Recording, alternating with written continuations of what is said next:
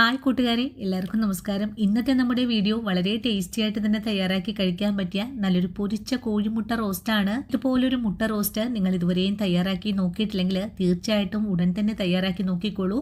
നമ്മുടെ കുഞ്ഞുങ്ങളുടെ ഇഷ്ട വിഭവമായ മുട്ട ഈ ഒരു രീതിയിലാണ് നിങ്ങൾ തയ്യാറാക്കി കൊടുക്കുന്നതെങ്കിൽ അവർ ഒരുപാട് ഇഷ്ടത്തോടു കൂടി തന്നെ കഴിക്കുകയും ചെയ്യും. ഇനിയിപ്പോൾ രാവിലെ ബ്രേക്ക്ഫാസ്റ്റിനും വൈകിട്ട് ചപ്പാത്തിക്കും ഉച്ചയ്ക്ക് ചോറിനൊക്കെ പറ്റിയ നല്ല അടിപൊളി കറി തന്നെയാണ്. എല്ലാവരും ട്രൈ ചെയ്ത് നോക്കണേ. ട്രൈ ചെയ്ത് നോക്കിയിട്ട് നിങ്ങൾക്ക് ഇഷ്ടപ്പെടുവാണെങ്കിൽ നമ്മുടെ ചാനലൊന്ന് ഫോളോ ചെയ്യാനും വീഡിയോയെക്കുറിച്ചുള്ള അഭിപ്രായങ്ങളെല്ലാം കമൻസ് ആയിട്ട് അറിയിക്കാനും മറക്കരുത്. നിങ്ങൾ തരുന്ന ഓരോ വാക്കുകളുമാണ് മറ്റുള്ള ആൾക്കാരിലേക്ക് നമ്മുടെ വീഡിയോ എത്തപ്പെടുന്നതും. അപ്പോൾ ഉടൻ തന്നെ നമുക്ക് നമ്മുടെ വീഡിയോ കാണാൻ പോകാം.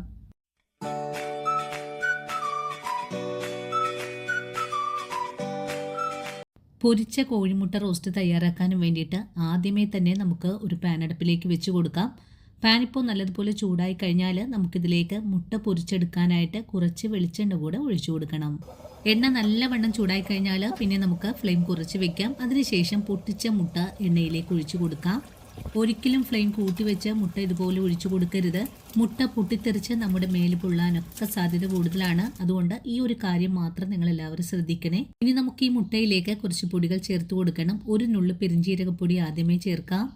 അതിനുശേഷം ഒരു നുള്ളു മഞ്ഞൾപ്പൊടി, ഇതിന്റെ കൂടെ തന്നെ ഒരു നുള്ളു മുളക് പൊടി ചേർക്കാം.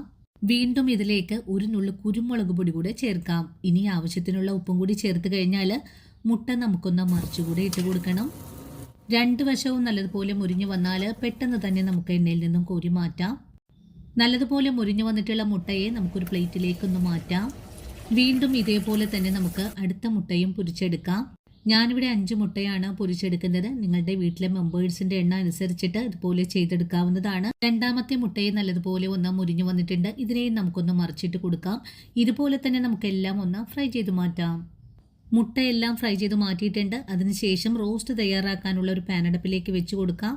പാൻ ചൂടായി കഴിഞ്ഞാൽ റോസ്റ്റ് തയ്യാറാക്കാനുള്ള വെളിച്ചെണ്ണ കൂടെ ഒഴിച്ചു കൊടുക്കണം. ഇനി ഇതിലേക്ക് 2 കഷ്ണം കറുവപ്പട്ട, ഒരു നുള്ളു നല്ല ജീരകം, 2 കറിയാമ്പൂ, 3 ഏലക്ക കൂടി ചേർത്ത് നല്ലതുപോലെ മൂത്ത് വരുമ്പോൾ നമുക്കിതിലേക്ക് 2 വലിയ സവാള പൊടിയായി കട്ട് ചെയ്തത് കൂടി ചേർത്ത് ഒന്നുകൂടെ വഴറ്റിയെടുക്കാം. സവാള നല്ലതുപോലെ സോഫ്റ്റ് ആയിട്ട് വാടി വരണം. അതുവരെയാണ് വഴറ്റിയെടുക്കേണ്ടത്. സവാള നല്ലതുപോലെ സോഫ്റ്റായി വാടിക്കഴിഞ്ഞാൽ ഇതിലേക്ക് ഒരു 3 പച്ചമുളക് കട്ട് ചെയ്തത് ചേർക്കാം. കൂടെ തന്നെ ഒരു 6 വെളുത്തുള്ളിയും ഒരു കഷ്ണം ഇഞ്ചിയും കൂടി ചതച്ചതും കൂടി ചേർത്തിട്ട് വീണ്ടും നല്ലതുപോലെ ഒന്ന് വഴറ്റിയെടുക്കാം. ഇനി ഇതെല്ലാം കൂട്ടി ചേർത്ത് നല്ലതുപോലെ ഒന്ന് വഴണ്ട് വരട്ടെ. അതുവരെയും നമുക്കൊന്ന് വെയിറ്റ് ചെയ്യാം. സവാള പെട്ടെന്നൊന്ന് വഴണ്ട് കിട്ടുന്നതിനായിട്ട് കറിക്ക് ആവശ്യമായ ഉപ്പ് കൂടി ചേർത്ത് ഒന്നുകൂടെ വഴറ്റിയെടുക്കാം. 3 മിനിറ്റ് കൊണ്ട് തന്നെ നമ്മുടെ സവാള നല്ലതുപോലെ ഗോൾഡൻ കളറായി വന്നിട്ടുണ്ട്. ഇനി ഇതിലേക്ക് ഒരു വലിയ തക്കാളി കട്ട് ചെയ്തതാണ് ചേർത്ത് കൊടുക്കുന്നത്. തക്കാളിയും കൂടി ചേർത്ത് നല്ലതുപോലെ വഴറ്റിയതിന് ശേഷം ഇതൊന്ന് സോഫ്റ്റ് ആയിട്ട് വാടി വരണം. അതുവരെയും നമുക്കൊന്ന് വഴറ്റി കൊടുക്കാം. വളരെ എളുപ്പത്തിൽ തന്നെ തക്കാളി നല്ലപോലെ വാടി വന്നിട്ടുണ്ട്. ഇനി ഇതിലേക്ക് ഒരു നുള്ളു മഞ്ഞൾപ്പൊടി ചേർക്കാം. കൂടെ തന്നെ 1 സ്പൂൺ അളവിൽ കാശ്മീരി മുളക് പൊടി, 1 സ്പൂൺ അളവിൽ ചിക്കൻ മസാല, 1/2 ടീസ്പൂൺ അളവിൽ ചതച്ച കുരുമുളക്, 1 ടീസ്പൂൺ അളവിൽ മല്ലിപ്പൊടി, ഇത്രയും പൊടികളും കൂടി ചേർത്തിട്ട് നല്ലതുപോലെ വീണ്ടും ഒന്ന് വഴറ്റിയെടുക്കാം. പൊടികളൊക്കെ മൂത്ത് നല്ല സോഫ്റ്റായി വഴണ്ട് വന്നാൽ നമുക്കിതിലേക്ക് ഒരു പിടിയോളം കറിവേപ്പില കൂടെ ചേർത്ത് കൊടുത്ത് ഒന്നുകൂടെ വഴറ്റിയെടുക്കാം. ഇപ്പോൾ നമ്മുടെ മസാല നല്ലതുപോലെ മൂത്ത് വന്നിട്ടുണ്ട്. ഇനി ഇതിലേക്ക് 1 കപ്പ് അളവിൽ ചൂടുവെള്ളം കൂടെ ഒഴിച്ചു കൊടുക്കണം. ചൂടുവെള്ളം ഒഴിച്ചു കഴിഞ്ഞാൽ ഇതെല്ലാം നല്ലതുപോലെ ഒന്ന് ഇളക്കി മിക്സ് ചെയ്തതിന് ശേഷം മസാല ഒന്ന് വെന്ത് കിട്ടുന്നതിനായിട്ട് ഒന്ന് മൂടിയും കൂടെ വെച്ചു കൊടുക്കാം. 2 മിനിറ്റിന് ശേഷം മൂടി തുറന്ന് ഒന്നും കൂടെ ഇളക്കി കൊടുക്കാം. ഇപ്പോൾ നമ്മുടെ ഗ്രേവി നല്ല സോഫ്റ്റ് ആയിട്ടൊക്കെ ഒന്ന് വെന്ത് കിട്ടിയിട്ടുണ്ട്. അതുപോലെ മുട്ട റോസ്റ്റിന്റെ ഗ്രേവി നല്ല തിക്കായിട്ടാണ് ഇരിക്കുന്നത്. ഈ ഒരു സമയത്ത് നമുക്കിതിലേക്ക് ഒരു 1/4 കപ്പ് അളവിൽ തൈര് കൂടെ ഒഴിച്ചു കൊടുക്കണം. നിങ്ങൾക്ക് തൈര് ചേർക്കാൻ താല്പര്യമില്ലെങ്കിൽ ഈ ഒരു സ്റ്റെപ്പ് ഒഴിവാക്കാവുന്നതാണ്. തൈര് കൂടി ചേർത്താൽ നമ്മുടെ മുട്ട റോസ്റ്റിന് ഒരു പ്രത്യേക ടേസ്റ്റ് കൂടെ കിട്ടുന്നതാണ്. ഇനി തൈര് കൂടി ചേർത്തിട്ട് വീണ്ടും നല്ലതുപോലെ ഒന്ന് ഇളക്കി യോജിപ്പിച്ച് കൊടുക്കാം.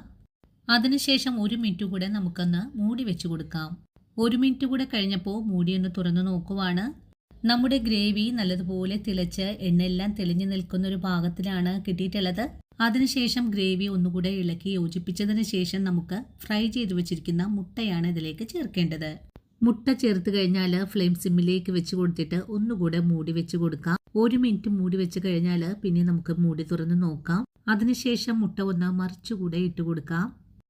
മുട്ടയെല്ലാം മറിച്ചിട്ട് കഴിഞ്ഞാൽ 1 മിനിറ്റ് നേരം കൂടെ നമുക്കിതുപോലെ ഒന്ന് തിളപ്പിച്ചെടുക്കാം. അതിനുശേഷം ഫ്ലെയിം ഓഫ് ചെയ്ത് കൂടെ കൊടുക്കാം. അതിനുശേഷം നിങ്ങൾക്ക് മല്ലിയിലയുടെ ഫ്ലേവർ ഇഷ്ടമാണെങ്കിൽ കുറച്ച് മല്ലിയില കൂടെ ചേർക്കാം. ഇപ്പോൾ നമ്മുടെ വളരെ ടേസ്റ്റി ആയിട്ടുള്ള പൊരിച്ച കോഴിമുട്ട റോസ്റ്റ് ഇവിടെ റെഡിയാണ്. ഇനി നമുക്ക് ഈ മുട്ട റോസ്റ്റിനെ ചൂടോടുകൂടി തന്നെ സെർവ് ചെയ്യാവുന്നതാണ്. അപ്പോൾ നമ്മുടെ വളരെ ടേസ്റ്റി ആയിട്ടുള്ള പൊരിച്ച കോഴിമുട്ട റോസ്റ്റ് ഇവിടെ റെഡിയാണ്. എല്ലാവരും ഈ ഒരു രീതിയിൽ ഒന്ന് തയ്യാറാക്കി നോക്കിക്കോളൂ. വളരെ ടേസ്റ്റാണ്. ഇനിയിപ്പോൾ ചോറിനും ചപ്പാത്തിക്കും എല്ലാം പറ്റിയ നല്ല അടിപൊളി കറി തന്നെയാണ്. എല്ലാവരും ട്രൈ ചെയ്ത് നോക്കണം. ട്രൈ ചെയ്ത് നോക്കിയിട്ട് നിങ്ങൾക്ക് ഇഷ്ടപ്പെടുവാണെങ്കിൽ തീർച്ചയായിട്ടും നമ്മുടെ ചാനൽ ഒന്ന് ഫോളോ ചെയ്യാൻ മറക്കല്ലേ. അതുപോലെ വീഡിയോയെക്കുറിച്ചുള്ള അഭിപ്രായങ്ങളെല്ലാം കമൻസ് ആയിട്ട് അറിയിക്കാനും മറന്നു പോകരുത്. നിങ്ങൾ എനിക്ക് തരുന്ന സപ്പോർട്ട് ഉള്ളത് കൊണ്ട് മാത്രമാണ് നമ്മുടെ ഈ ഒരു ചാനൽ മുന്നോട്ട് പോകുന്നത്. വീഡിയോ കാണുമ്പോൾ നിങ്ങൾക്ക് ഇഷ്ടപ്പെടുവാണെങ്കിൽ നിങ്ങളുടെ വിലയേറിയ ലൈക്ക് തരാനും മറക്കരുത്. ഇനിയിപ്പോൾ ആദ്യമായിട്ട് നമ്മുടെ വീഡിയോസ് കാണുന്ന കൂട്ടുകാരെങ്കിലും ഉണ്ടെങ്കിൽ ഒന്ന് സപ്പോർട്ട് ചെയ്യണം കേട്ടോ. സപ്പോർട്ട് ചെയ്തിട്ട് ആ കുഞ്ഞു ബെല്ലൈക്കണും കൂടെ ഓൾ ഓപ്ഷൻ അടിച്ചിടാനും മറന്നു പോകരുത്. അപ്പോഴാണ് ഞാനിടുന്ന പുതിയ പുതിയ വീഡിയോസ് എല്ലാം തന്നെ നിങ്ങളുടെ കയ്യിൽ നോട്ടിഫിക്കേഷൻ വഴി എത്തുന്നത്. ഇനിയും ഇതുപോലുള്ള നല്ല നല്ല വീഡിയോസൊക്കെ ആയിട്ട് ഞാൻ നാളെ കൂടി എത്തുന്നതാണ്. അതുവരെയും ഒത്തിരി സ്നേഹത്തോടെ വീണ്ടും കാണാം.